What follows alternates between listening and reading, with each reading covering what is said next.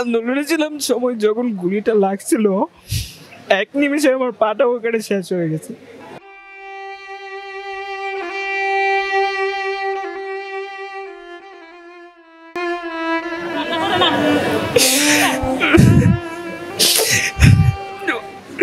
আন্দোলনে ছিলাম সময় যখন গুলিটা লাগছিল, এক নিমিষে আমার পাটা ওখানে শেষ হয়ে গেছে। এখনো যদি আমার মনে হয় ওই সময়টা, আমি নিজেকে কন্ট্রোল করতে পারি না।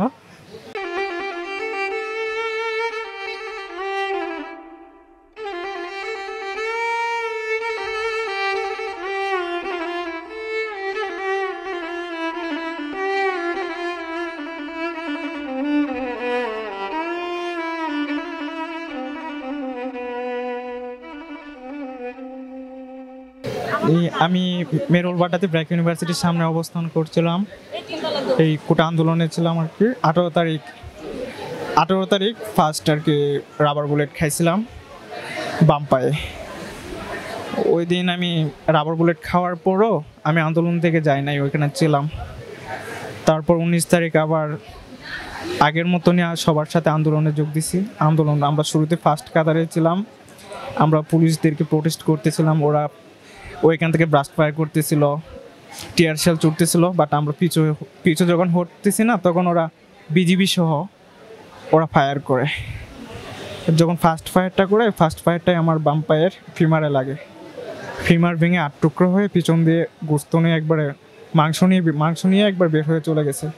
আমি ওইখানে একবার স্পট যে জায়গায় গুলিটা লাগছে একবারে ওই জায়গায় পড়ে গেছিলাম। তারপর ওইখান থেকে কয়েকজন স্টুডেন্ট আমাকে নিয়ে হসপিটালে ভর্তি করায়।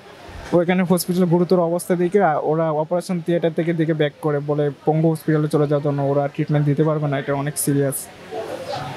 তারপর গত 19 তারিখ শুক্রবার থেকে আমি এখানে পঙ্গু হসপিটালে অবস্থান করছি। এখন আমার গা শুকায়নি, গা শুকাইতে আরও অনেক সময় লাগবে, কারণ পিছন থেকে মাংস চলে গেছে। ওই মাংসটা বরাট হলে তারপর আর কি ওই মেজর অপারেশন হবে। ভিতরের হাড়টা আমার ভেঙে 8 টুকরো হয়ে আছে। ওইটা মিনিমাম আমার ডক্টর বলে 6 মাসের মতন আমার ওয়েট করতে হবে পাটা আগের মতো স্বাভাবিকভাবে ফিরে আসতে। প্রত্যেকদিন বাসা থেকে বের হওয়ার আগে গোসল করে সুন্দর করে পাক পবিত্র হয়ে বের হতাম, কারণ আমি জানতাম আমি একটা যুদ্ধে যাচ্ছি, সেখানে আমার মৃত্যু হতে পারে। মৃত্যুকে ভয় করি না। মৃত্যুকে যদি ভয় করতাম তাহলে লাশকে সামনে রেখে পুলিশকে কখনো প্রোটেস্ট করতাম না, লাশটাকে নিয়ে ওখান থেকে পালিয়ে চলে আসতাম।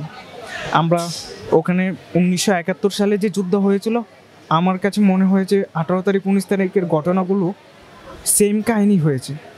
আমার সামনে গুলি খাওয়া অবস্থায় স্পট ডেট, ওকে 2জন স্টুডেন্ট নিয়ে পিছনে যাইতেছে, আমরা বাকিরা প্রোটেস্ট করতেছি। আমরা কিন্তু যুদ্ধক্ষেত্র থেকে এক পায়েও পিছিয়ে যাই নাই, আমরা ওদেরকে প্রোটেস্ট করতেছি।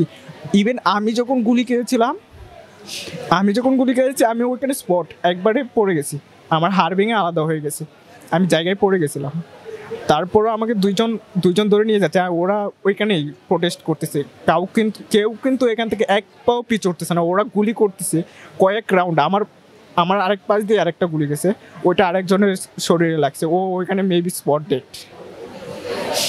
ভাগ্যক্রমে আমারটা বেঁচে গেছে। আর যে জায়গায় লাগছে ওর থেকে 4 আঙুল যদি উপরে লাগতো, আমার পেটে লাগতো, আমিও হয়তো ওখানে ওদের মতো স্পট ডেড হইতাম। বাট এন্ড অফ ডে আমাদের আন্দোলন সফল হয়েছে।